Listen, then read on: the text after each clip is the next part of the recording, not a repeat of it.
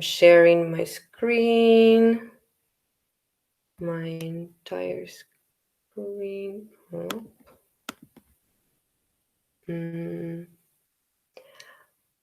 But when I'm sharing my screen, as I saw it on the recording, sometimes like you cannot really see everything which is written on the slides. So please open the presentation yourself so you can see everything. So, okay, today we're going to talk about urban social spatial transformation. And we will focus on one of the main examples of such kinds of transformation, which is gentrification.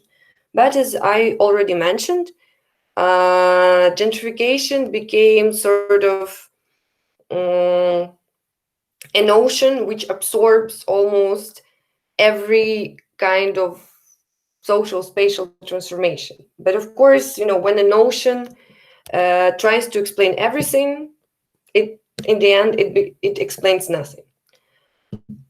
Similar things, happen to notion of globalization because, people started talking about globalization, and now everything, could be called globalization. The fact that we have things which are coming from another country, or we speak English, for example, it all goes under one notion. And then it's difficult to actually explain some specific processes with it because everything is globalization. So we will try to understand how the term gentrification emerged, how it transformed, and if it makes sense to apply it for post-Soviet cities. And in case it does not make sense, because it's the whole debate, can we speak about gentrification in Lviv, for example, or in Kiev, or in Moscow? And if it doesn't explain us the processes we experience in post-Soviet cities, then what kind of words we can use to describe them? And it's not about words that much, because, okay, notions, we can invent them, we can then abandon them, but we need to find a way to explain what do we experience in post-Soviet region and how is it different to the already well-studied regions as, for example, US. So today we will more talk about US. But no, okay, yeah. So I explained you the outline already.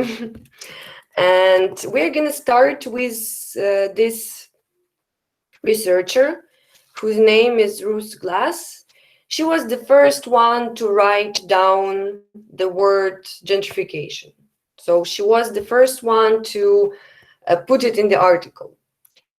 But similar processes were more or less described by different people. Also, we already read in Lefebvre's texts about similar processes of neighborhood, of like change of the city. But Ruth Glass was the first one to use this word, and she did it on the example of London. So she was writing a book about London, basically. She was explaining how the city is changing in 60s, but she took like a longer period starting from the World War II, after World War II. And she was trying to explain how her city develops. And as a side effect, basically, she invented a notion which is now prominent in explanation of many different types of urban displacement and urban change. But at that time, she was talking about how in London, working class neighborhoods become invaded, I quote, invaded by middle classes, upper and lower, how shabby mews and cottages have been taken over when their leases have expired and become elegant, expensive residences. And she explains this process by gentrification. What is interesting, you can see the word lease here which has a meaning as like long-term rent. So she talks about housing market which is predominantly a rent market. So she talks about how these working class neighborhoods where the working classes were renting out the apartments or rooms, uh, they became a point of interest for people with higher incomes, and the landlords, vlastniki, landlords realized that it's more profitable to end to expire the lease contract, the rent contract, with those who can pay, I don't know, for example, at that time, £100, and to rent out for those who can pay £150. Maybe more, maybe less. I have no clue what kind of prices were there for housing in 60s in London. Anyway, you got the point that I'm a landlord. I see that this neighborhood, for example, there's some restaurants and cafes opened for richer people, and I realized that if these people like this neighborhood, I can tell those who now rent my place that, oh guys, I want to rise the rent because I don't know, I want, because the market is changing. And these people who rent for some price, they will need to move. And of course, I mean, and in case I was correct with my understanding of how things work, then I will rent out for those who have higher incomes. And of course, for a landlord, that's how he or she sees this process. He or she wants to have more profit. Sure, I mean, it's logical. I mean, you invested in this property, or you got it as your family property, which is probably the most common way to become a landlord, just to be a son or a daughter of a landlord. Super easy. You don't have to work much. But then what about those people who actually have to move? And what is more interesting, that this process is connected, I mean, used to be connected, especially if we're talking about 70s and 80s, with the process of deindustrialization. Maybe you can think how were they connected? How the process of displacement of the working classes might be connected to deindustrialization. Uh, Please, if you have an idea, just turn on the microphone. Or if you don't, it's also okay, because it might be.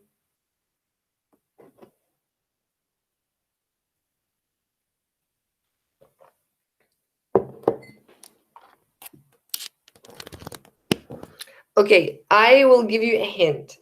If we're talking about working class neighborhoods, where were they developed? Near which, where does working class work? Near factories. Yes, Alessa, please. Yeah, near factories or somewhere. Oh, yeah, please.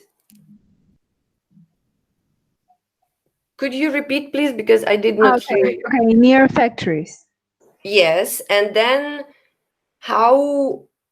So we have a factory and the working class neighborhood. Then what happens is that this factory if we're talking about London, or probably better to talk about more industrial cities like Manchester, whatever. And then this factory moves to, I don't know, China or Poland or whatever. What happens with the working class in London?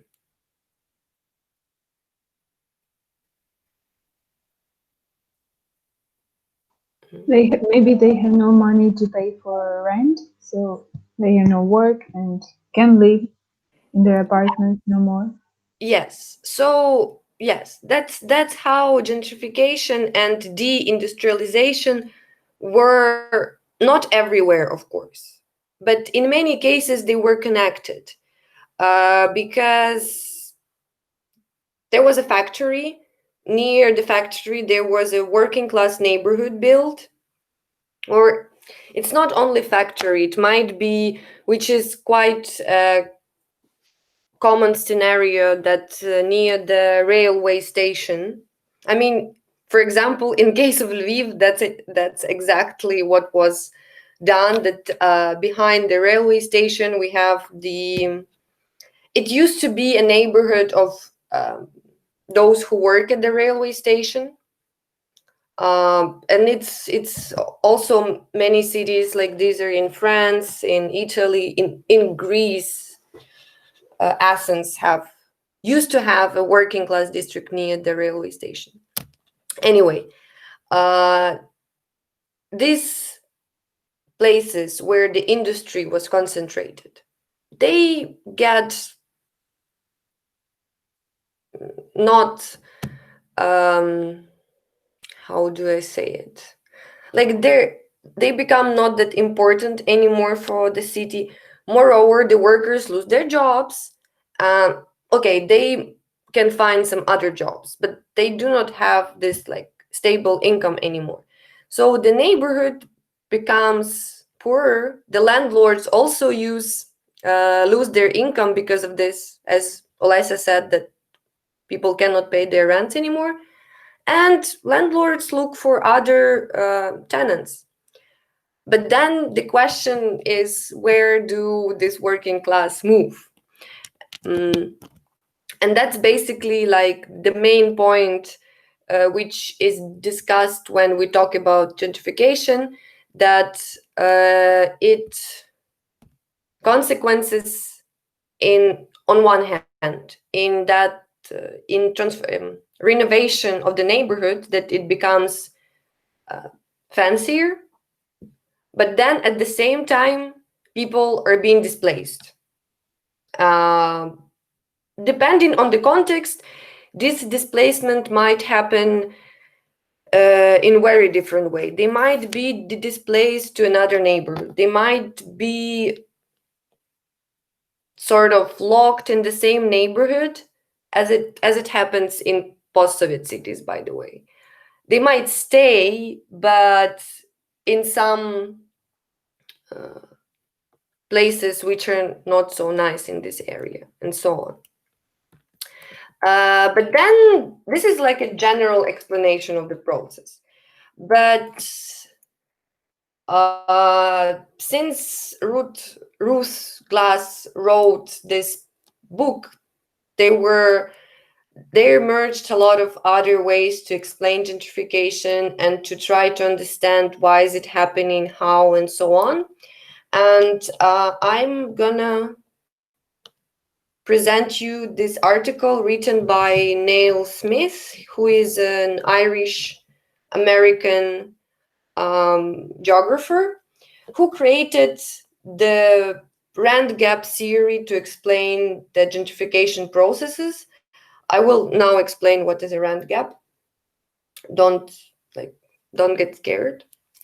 So Neil, because his name is written like Neil, and usually this sort of combination of letters is read like Nile, but as he's Irish, it's Neil. But doesn't I mean he's dead.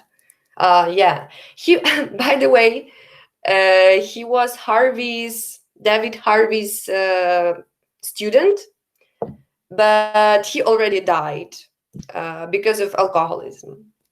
And David Harvey is still alive. So, see. So when you choose your topic, either you want to study gentrification or you want to be like way more philosophical like David Harvey, you have to pay attention what kind of diseases you will get because of the sphere you study. Anyway, stupid jokes, just to grab your attention. So, Neil Smith talks about that in general, there are two ways to explain the process of gentrification. He, I think, uses words like cultural explanation and economic explanation. But now, in contemporary urban studies, we call them supply explanation and demand explanation. So you remember supply, demand, blah, blah, blah, market, invisible hand. Geographers and also like sociologists being skeptical to this idea of who are being skeptical to this idea about balance of the free market divided, you know, the explanations in two traditions. So the most common tradition, and yeah, the most so the one um, which takes its roots in the neoclassical paradigm, so in the liberal economics understanding of the social processes, says that if there is a demand, the neighborhood will change. What does it mean practically is that if there are some people who want to move to this neighborhood, then the neighborhood will change. It will become more attractive, I mean, to those who have money. So this demand explanation sort of reinforces this idea that there is a market balance between demand and supply. And through this optics, it explains the spatial changes. Then if there is a demand, so for example, if uh, mm, I just want to explain it how the theory which exists apart from like oh, sorry. I'm still sleepy maybe. So there is this theory that explains that the demand drives the supply. For example, if people want to buy smartphones, then the companies which provide the smartphones will emerge and create smartphones for them, or computers, or whatever. The same idea was applied to understanding of the urban processes, that if people want to live in a certain neighborhood, the neighborhood will adapt towards their needs.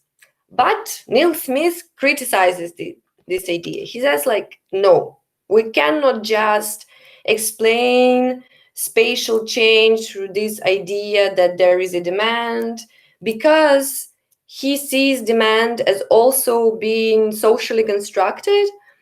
And that's why he explains gentrification and other processes through the supply explanation. He sees gentrification as a process which was constructed, organized by certain actors which are looking for profit, and they change the neighborhood and create the demand. So it's very important to understand that the same process could be explained through these two explanations, which on one hand, they are in conflict between each other, because you sort of need to answer the question, who starts the process? The people who have money and want to buy something, or the producer who creates something and wants to sell it and wants to create the demand for it. But at the same time, if we're talking about specific processes, for example, like specific cases of gentrification, we actually can easily combine the two ways to explain it, because, okay, there are developers and landlords who might be interested in getting their profit, but at the same time, they will not really succeed if they do not have the audience to listen to their advertisement about amazing neighborhoods that they are developing. But we will stick now, because demand explanation is more common. We will stick to the supply explanation and see how Neil Smith explained us why gentrification is happening. And the question, his like research question he puts in this article is not like why gentrification occurs, because it's too abstract to ask this sort of question. He tries to explain it through the question of why some neighborhoods are profitable to redevelop while others are not. So he sort of makes a comparative study between the neighborhoods which are being gentrified and those which are not being gentrified. And through this, he tries to answer, so why some, I mean, if we understand why this is happening, that some are being gentrified and some are not, then we will understand why gentrification is happening. And that's how he introduces, that's why he introduces the notion of the rent gap, because he says that the okay, I'm running too far. Keep this word rent gap in your mind, and I will come to the point where I will explain what is it. Yes. Probably it's not that easy to understand what is rent gap.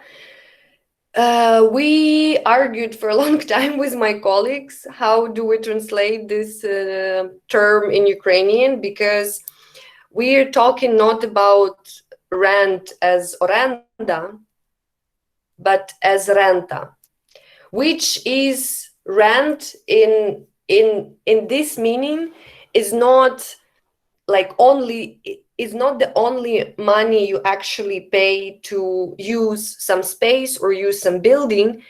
It's the whole complex of the capital which this place brings you.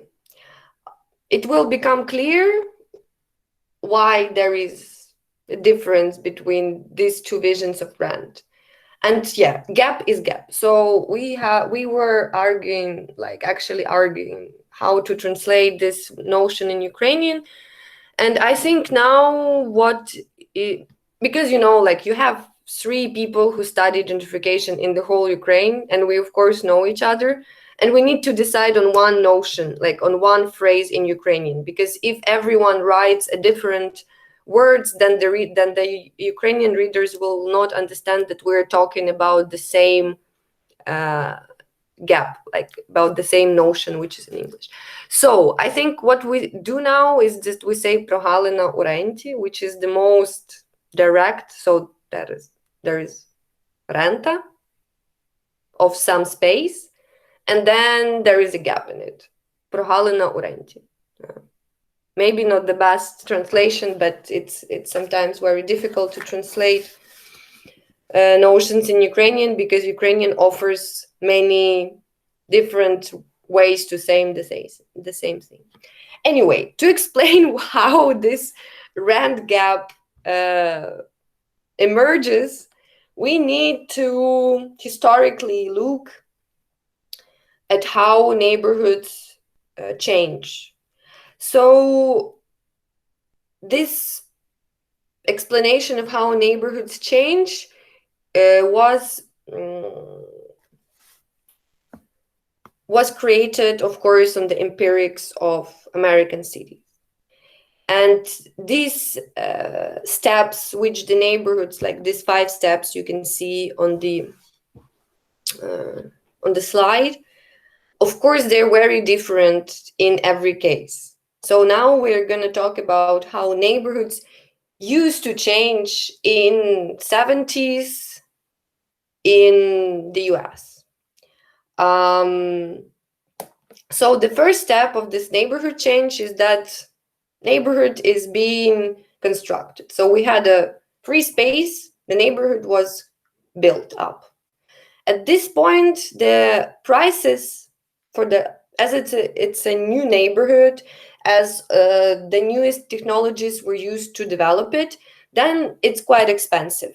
I mean, compared to other older neighborhoods. This is quite logical. If you have something new, it's more attractive, more expensive. And at this point,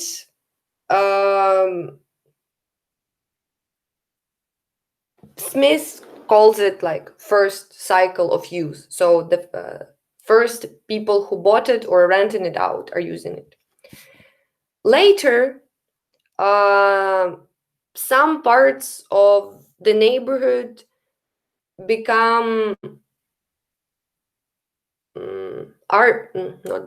are being bought by landlords who professionally rent them out. It might happen at the first stage as well, that there's a developer and he sells the housing not to families, not to private, like single owners, but to landlords who will then rent them out.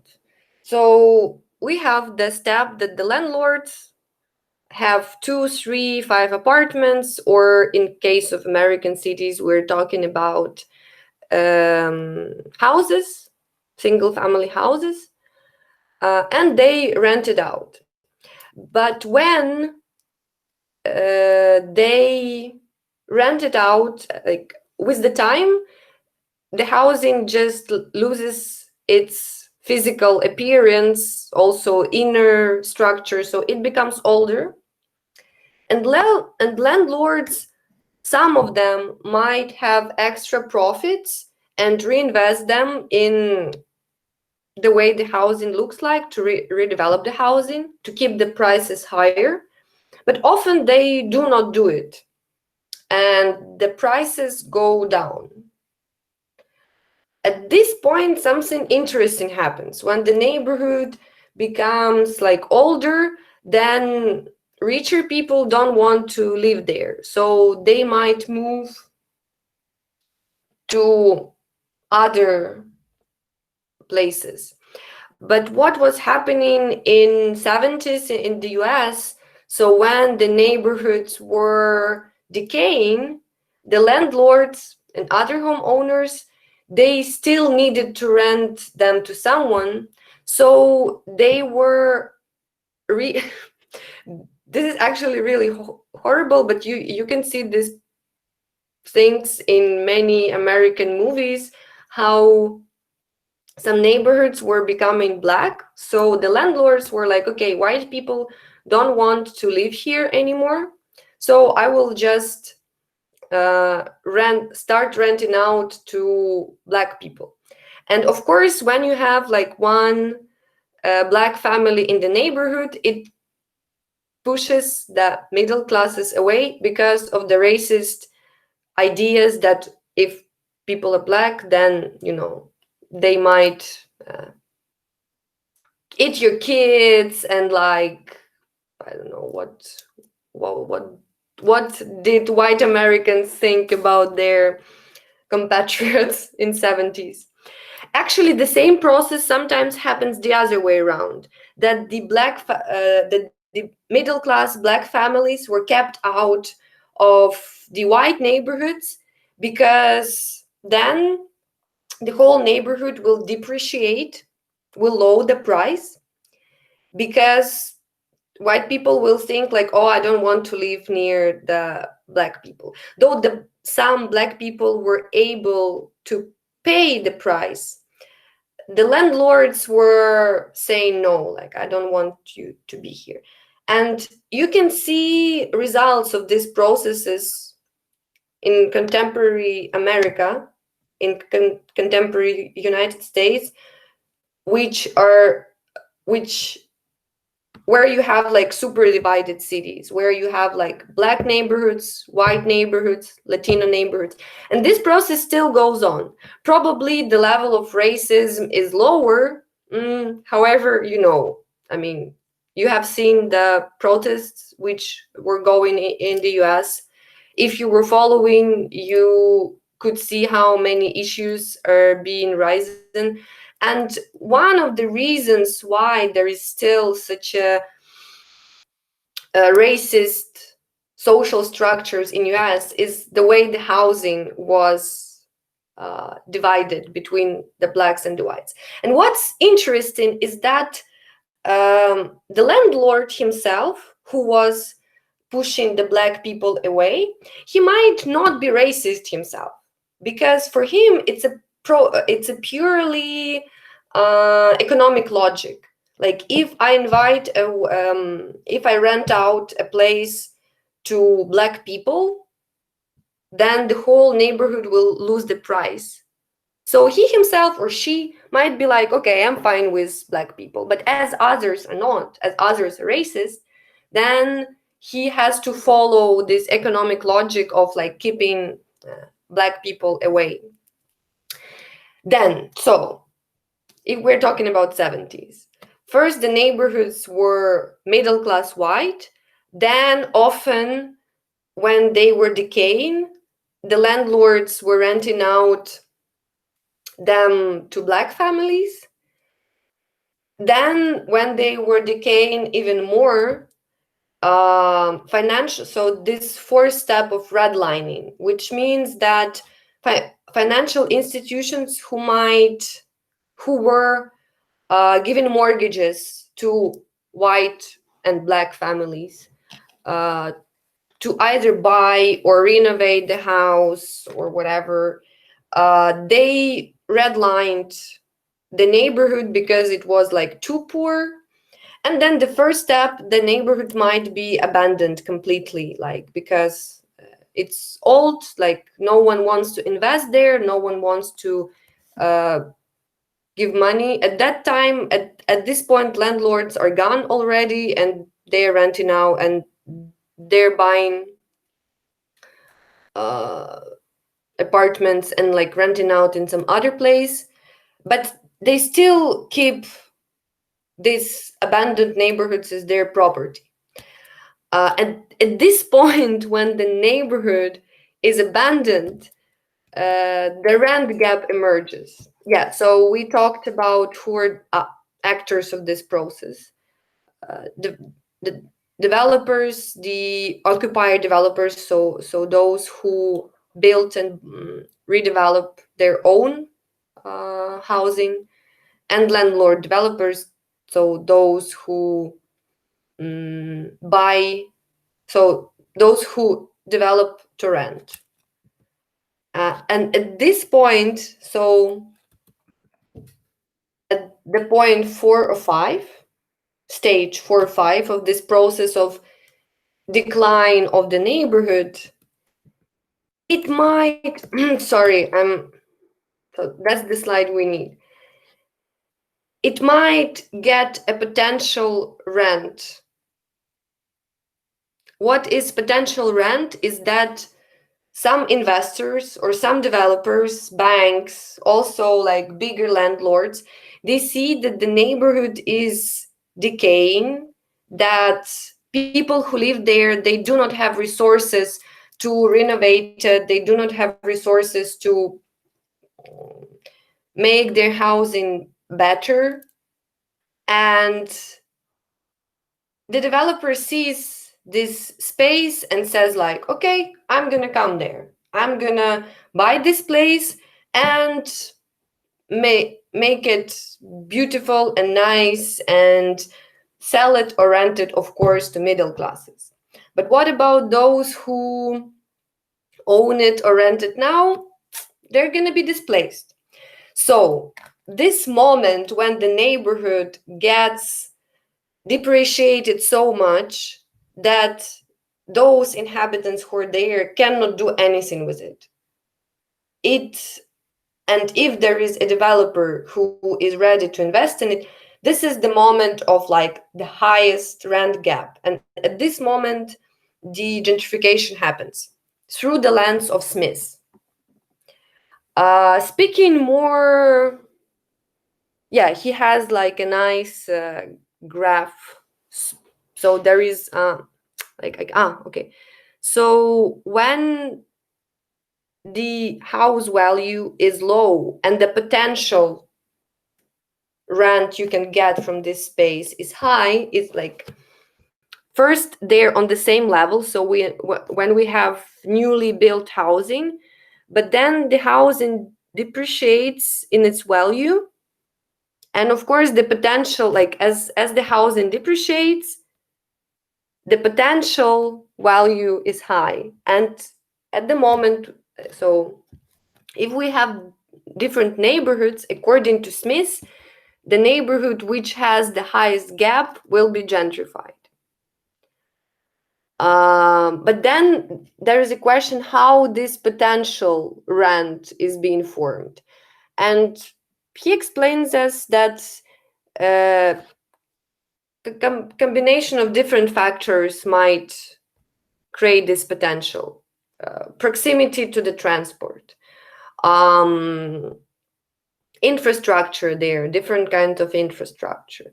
Also the cultural appearance and identity of the neighborhood.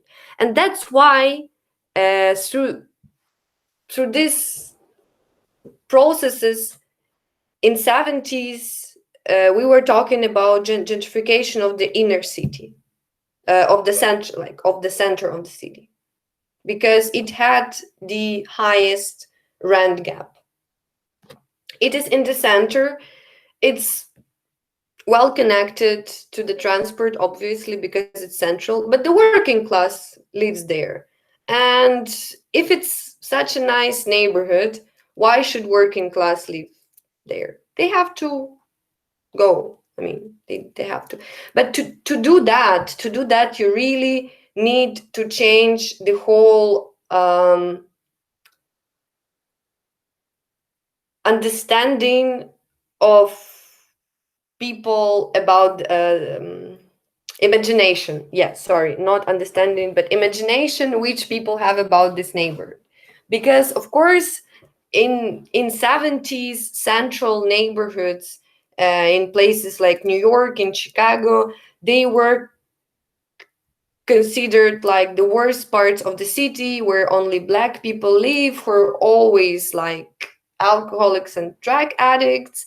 And then you need to sort of change how people think about this neighborhood. And there are also like multiple strategies how to do it. That's why, landlords and developers, they need often this whole marketing department in to explain that no, this, you think that this neighborhood is just like about crime and drugs, but look, there are like new places opening. So it's what I'm trying to explain, that gentrification is on one hand is like yes, it is an economic process, as Neil Smith explains us, but at the same time we're talking about the change of the, like, on the ideological level. We're talking about the change of the identity of the neighborhood, often not in eyes of the residents. So the identity which is constructed not by the residents of the neighborhood, but about those who might want to move there. So yeah, that's the concept of the rent gap, and that's how it explains American cities in 70s. But what about contemporary cities, and especially post-Soviet cities? Yeah, like this is just an example from Marcuse's article of how Manhattan changed, and Bronx and Brooklyn. So I'm not asking you to read this article, but it has just like a lot of nice data which shows how New York changed like super fast. By the way, this is Peter Marcuse, who is I think he's a grandson of Herbert Marcuse. They were like, you remember who is Herbert Marcuse?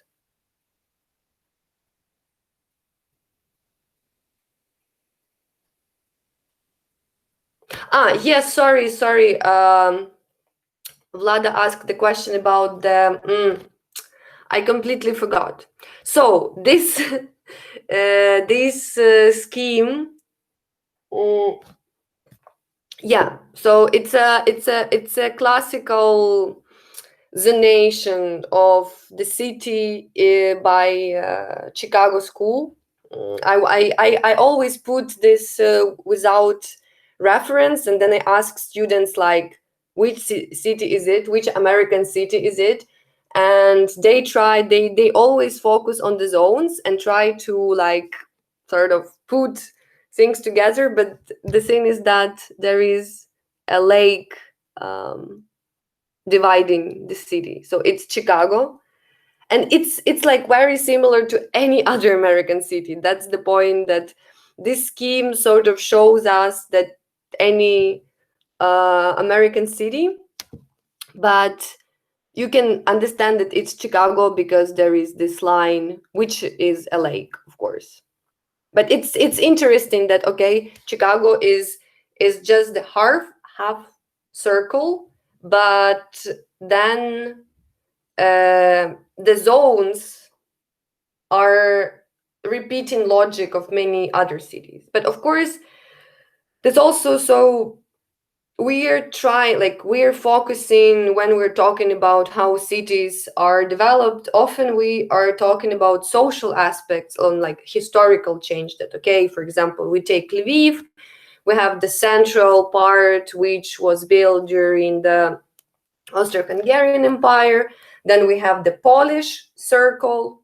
Then we have the Soviet circle. And now we have random development of the city in every place.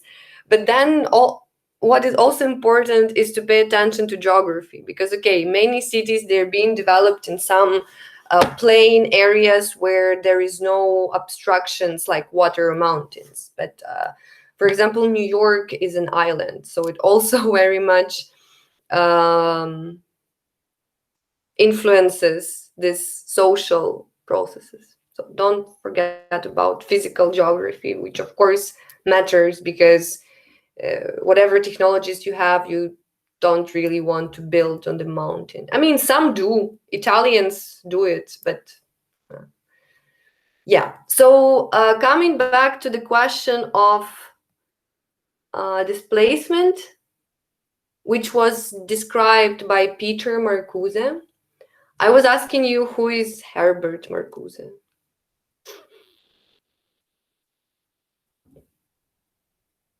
You know that if you don't answer, I will tell Hala Herasim that you did not answer, and she will be super angry.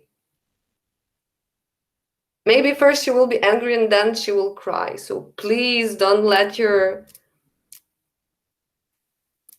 teachers, professors cry. Who is Herbert Marcuse?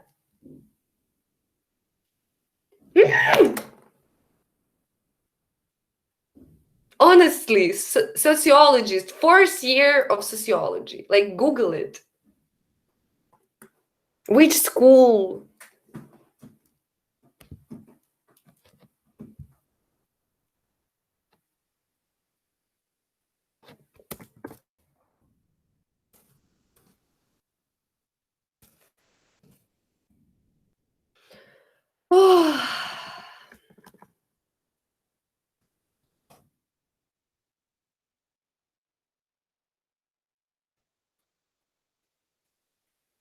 Please.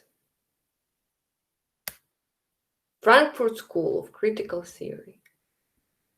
That's what I wanted to hear or read. Yes, Vladislava, you have to be happy, and also Chloe, because yeah, Hala, Professor Halina Herasim, she was like a year ago. She had an exam with you, or maybe not with you, and also students did not know what is Frankfurt School and who are the representatives of the Frankfurt School. And she was like shocked, and now I'm okay. I will not tell her. It's morning anyway. So there is this guy Herbert Marcuse who wrote a lot of cool stuff. Please take like Google and read an article about him. these books like One Dimensional Man, this is like classics. You have to know this stuff, please.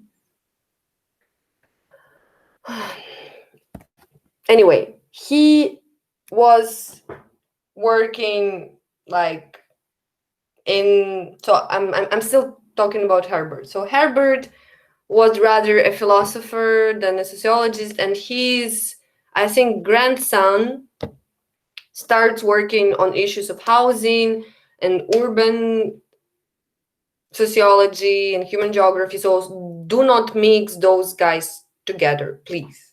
Like, this is, they are connected through blood, but it doesn't matter because they wrote about very different things. They have the same surname, as it might happen sometimes. But if you do not know who is Herbert, then Peter sounds for you. But if, like, now we're talking about Peter Marcuse, who was, as you can see, he was writing in 80s. If you see the same surname, but with another century, it's clear that it's not the same guy. Okay, so there is his article where he shows really interesting stats about how New York was changing and how people were displaced from different parts of New York to others. And he basically through this article he basically highlights that it's not that much about gentrification, because it's like some neighborhoods, they are not being gentrified in some like strategically, but the displacement still happens even if there is no like pure case of gentrification. And that's why I'm showing you this author and his ideas, because basically that's what we have to pay attention to when we're talking about post-Soviet cities. Because of course in post-Soviet cities you will not have the same logic of the neighborhood change. You still will have depreciation and you still might have displacement, but you will not have blockbusting of black people, for obvious reasons, of course. Sorry, I'm still yeah. So let's now stop for a bit and please tell me if you understood what is a rand gap. Could someone, like, in few words, explain to me what is a rent gap and how and what is gentrification? Hmm.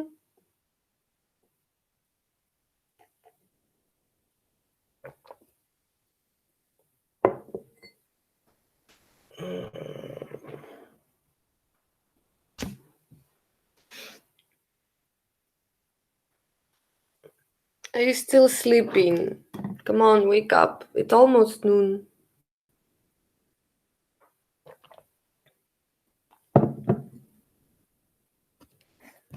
So you did not get what I was explaining for the last half an hour.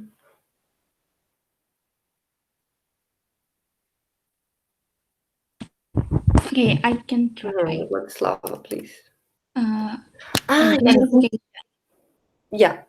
Gentrification is like how regions look and how they function, depending on social and not depending on economical um, reference, which influence on social, like where people live, whether they can rent house in some districts or not, or if they move from district like that.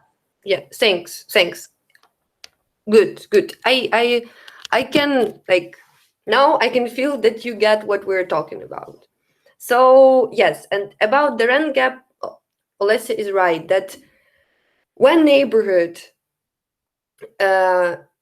declines, becomes just old, basically, you usually decline means that housing is old, and on one hand you have poorer people who are living there because it's cheaper there, but at the same time you have the potential to transform the neighborhood, and that's where gentrification starts. That's like it's not a difficult process. And let's to feel what this series is about, let's try to talk about post-Soviet neighborhoods, so the neighborhoods you're acquainted with better. What like the main difference between the cases we were talking about during the lecture and the um, cities we live in, if we live in Ukraine, is that in our case, rent market, like housing rent market, is like really small.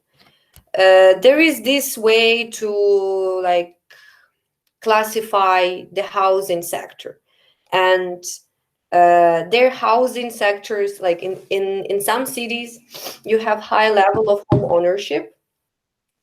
Home ownership is like власність на житло. So when you live in the same so when you live in the apartment you own,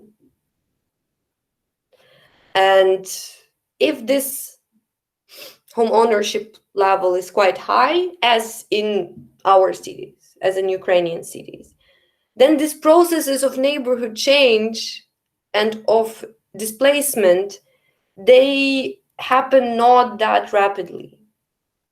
Can you explain me why? Why high ownership makes gentrification slower?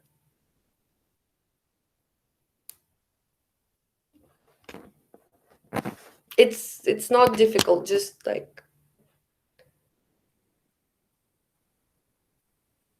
yes.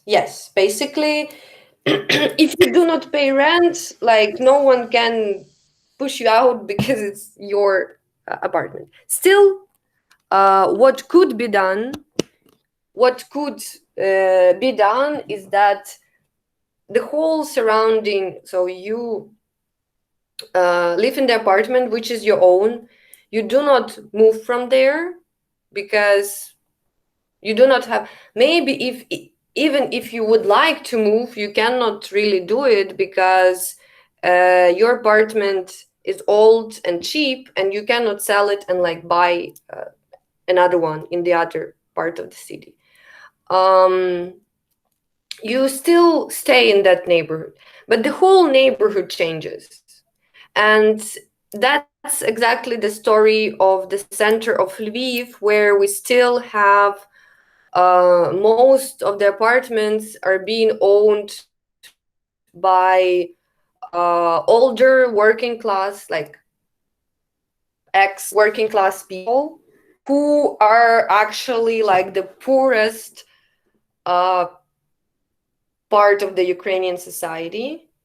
And at the same time, center of the city is this touristic zone where you have the highest prices for all the facilities, like for you have like better supermarkets, restaurants, cafes, etc.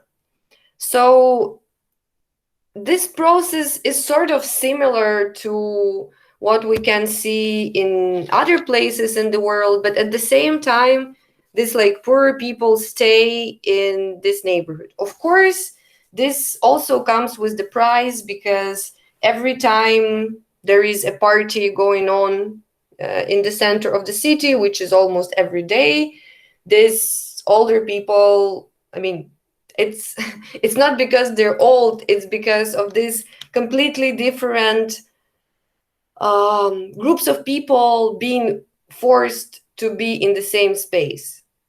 And of course there is constant conflicts between those youngsters who want to party and the old guy who cannot sleep, or and most of you have experienced those kind of situations when because it's not only like Ukrainian story. This typical thing that two very different groups of people have to share the same space, and of course they will have conflicts. But those homeowners, like those residents of the neighborhood, they're being locked in this neighborhood. They cannot really move out. And at the same time, there is a question like, do they have to move? Because they used to live in this neighborhood for a long, long time. Now it's being touristified quite like last 10 years. Center of Lviv became this super tourist zone. Actually, last half a year, this is like the time we could see how Lviv can exist without tourists. In my opinion, that was like amazing. Now they're coming back step by step. But not also, but so this sort of touristification of the center of the city is one example. Another example of process which might be called gentrification or not, but it's surely the process of displacement is actually more common because it happens almost in every neighborhood in Ukrainian cities, like bigger Ukrainian cities, is when there is an old neighborhood, and as it's also home-owned, the developers, they cannot like price out and to displace the residents. So what do?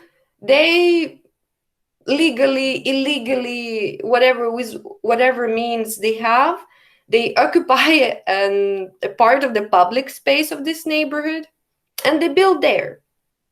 Typical story which we have, I mean, in Lviv not that much, in Kiev way more. When you have new high rises, new residential complexes just in the center of the neighborhood, which was already there, and this causes another kind. So first of all, it causes conflicts of because of the space. Like you had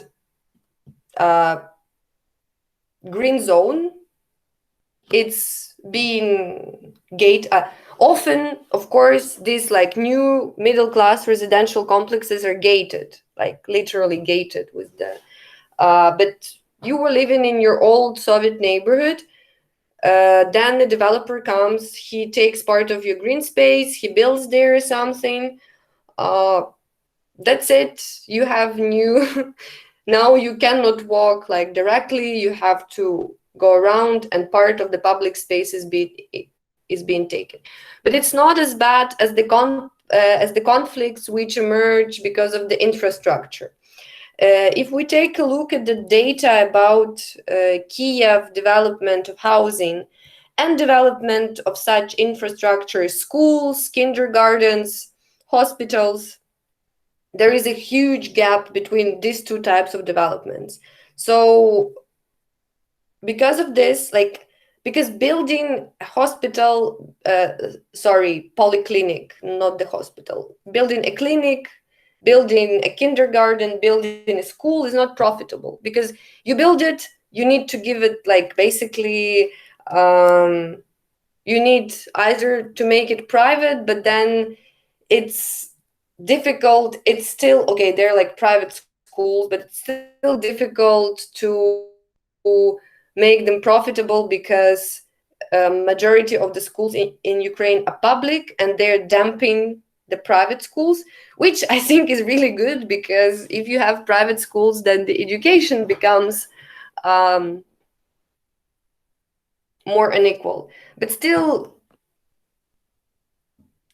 despite of it, if it's good or bad, private schools in Ukraine are not working as a profitable business. Developers, of course, they do whatever they can not to build public schools, though often they're obliged to do it. Like according to the law, if you build a residence complex, you need to build a school, but you know how it's done in Ukraine. You can always bribe someone. Or if you are a mayor and the developer at the same point no problem. You do not even need to bribe. Or if your wife is a developer, she also does not need to. And I'm not like joking now, because these family connections are basically, I was studying this sort of networks between the city hall and the developers in Kiev.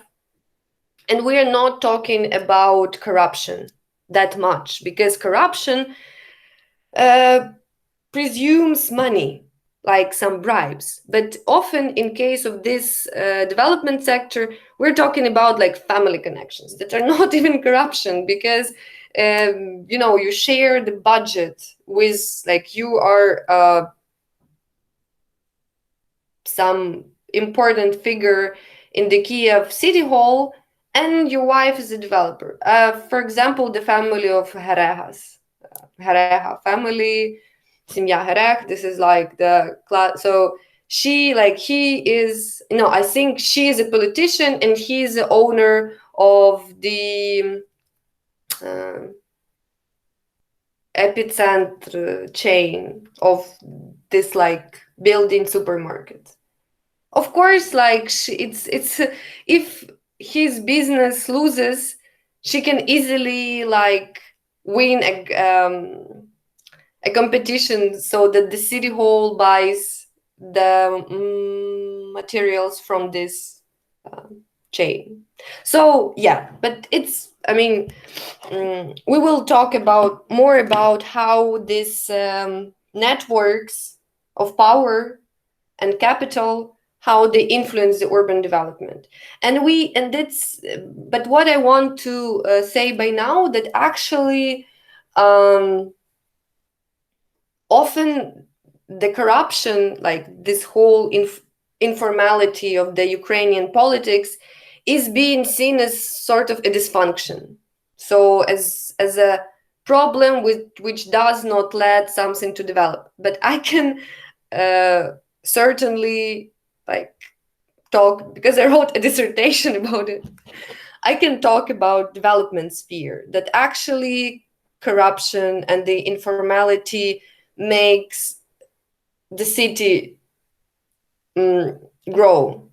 It's the basic mechanisms on how almost every residential complex is being built. No, not almost, like any. So these informal connections, which they actually like the main drivers of, if we're talking from the actor's perspective, they're the main drivers of the gentrification. Yes, another example of gentrification in post-Soviet cities is we already talked a bit about it, is the gentrification of the suburbs. Which is not, by the way, which is not the case for the Western cities, because suburbanization was the process of middle classes moving outside of the city to have their better life. In our case, this was not happening. Like our suburbs, so Vinniki, Sokilniki, and other suburbs of Lviv, the same applies to Kiev, Vishneva, Irpin. These were actually the working class areas. Some of them were even like almost rural. So some of them were industrial, some of them were rural. And then when the suburbanization starts in the end of 90s, so suburbanization in many of the cities was there since 70s, even earlier. But in our case, it started in 90s, and in the suburbs, there were already some people living. And they still are there, because you cannot just push them. But you have new housing being built there. And we already talked about the conflicts which this process causes, of how you have like one transport way from the suburb to the city, and now there are traffic jams, and those people who used to ride on their bus cannot do it now. So what my point is that in post-Soviet context, you can see completely different forms of gentrification. And these forms might not even be in any way similar to what gentrification is. So it's a big question of, can we call this displacement which happens in post-Soviet cities gentrification? Me, honestly, I'm trying not to do it, but I still like pay attention that this is a process which has the rent gap. So that's why I was talking about more about rent gap than about gentrification, because when we think about gentrification, we often think about this process of working class neighborhood, rents go up, working class moves, middle class comes. But it's not always like this. Sometimes working class and middle class, they have to share the space. Sometimes there is like a gated community, and you cannot even say if it's that like a neighborhood or these are like two neighborhoods.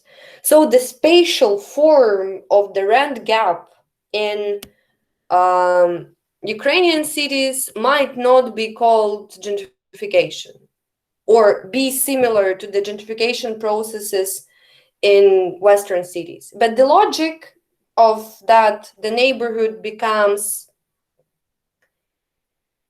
depreciated, and then some actors, as in our case usually developers, they see a potential profit there and they go there, but they do not displace directly people from housing because of high level of home ownership, but they take part of their space, of their infrastructure, and of course of their identity as well, because you maybe heard how Lvivans, so the people who uh, like who are not like me but who were born in Lviv, how they often complain that Lviv is not the way it used to be.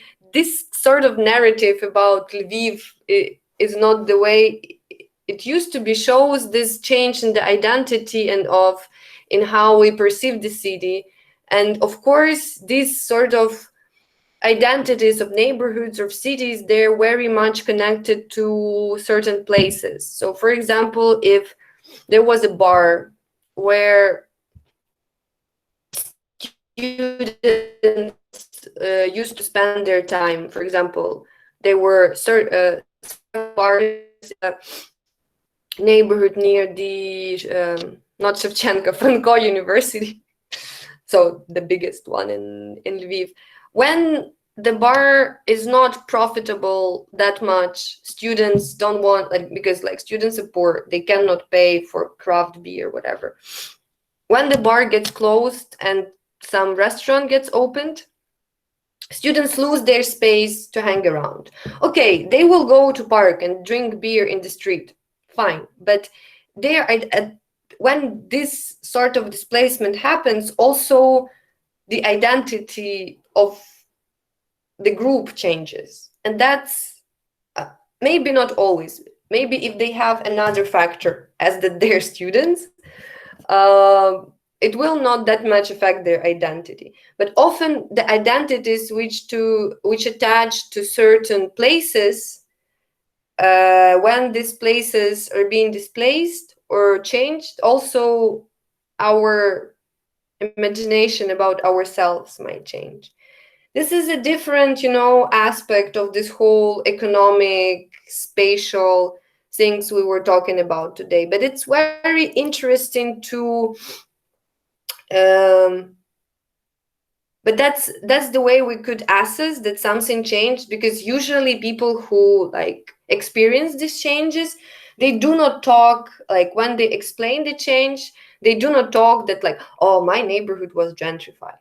No, they say that, oh, Lviv is not as it used. Lviv вже не той. Lviv is not the way it used to be. They make some jokes, they maybe bullshit about new places, they argue about tourists, but through these narratives, we can sort of grasp that the change happened, and we can study more in detail how it happened.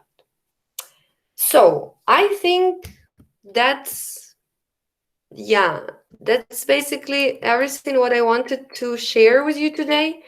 Maybe the lecture was quite hectic, not that structured, but I hope you got the main point, that gentrification is caused by the rent gap, but rent gap in different contexts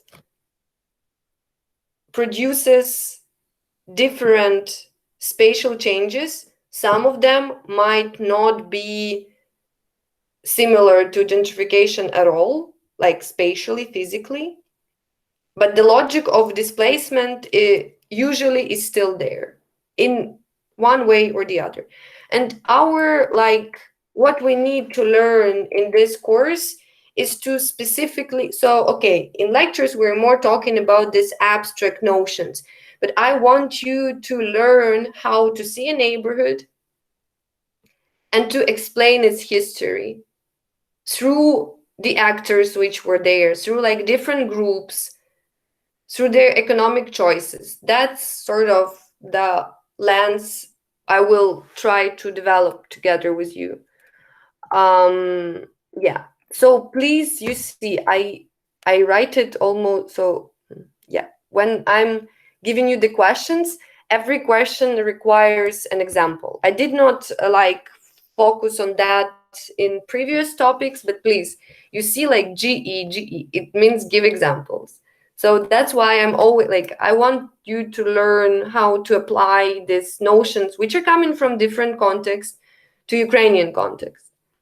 And no, meaning, I mean, not only to Ukrainian. If you know, experience gentrification in some other place, please give example about it. No problem at all.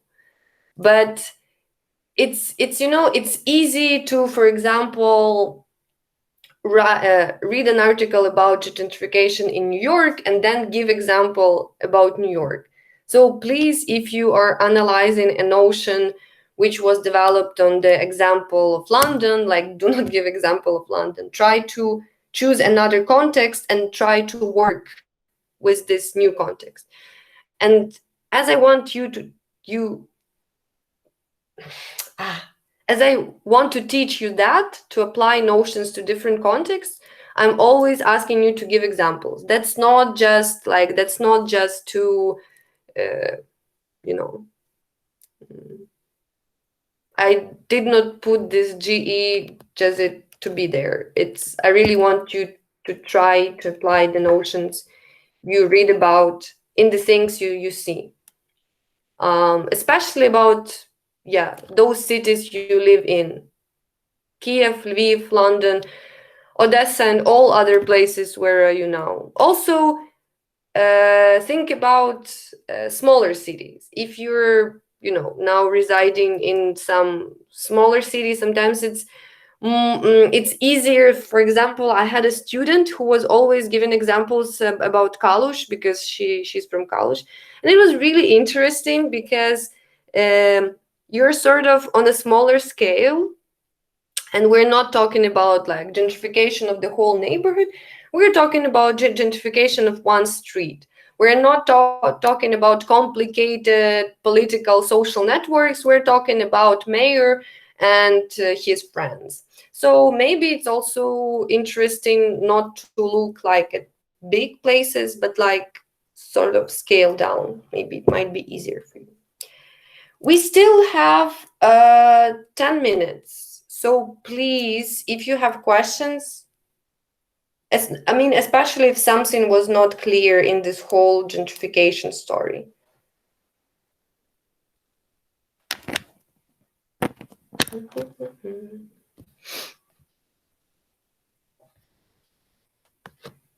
But you know, if you are not asking questions, I will start to ask them. So please ask some questions, or you will get into trouble.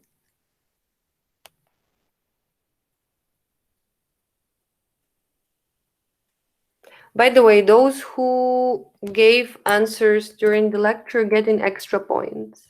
Thank you. Demchikola.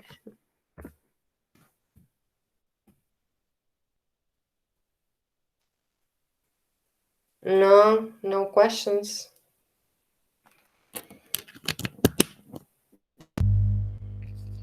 Okay, if you don't have any questions, I will start asking questions.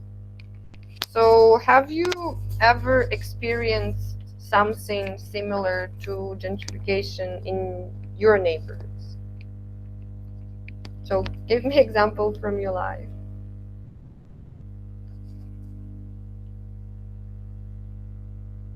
If you like people who when people are asked this question and they say no, I've never, usually it means that they are gentrifiers themselves.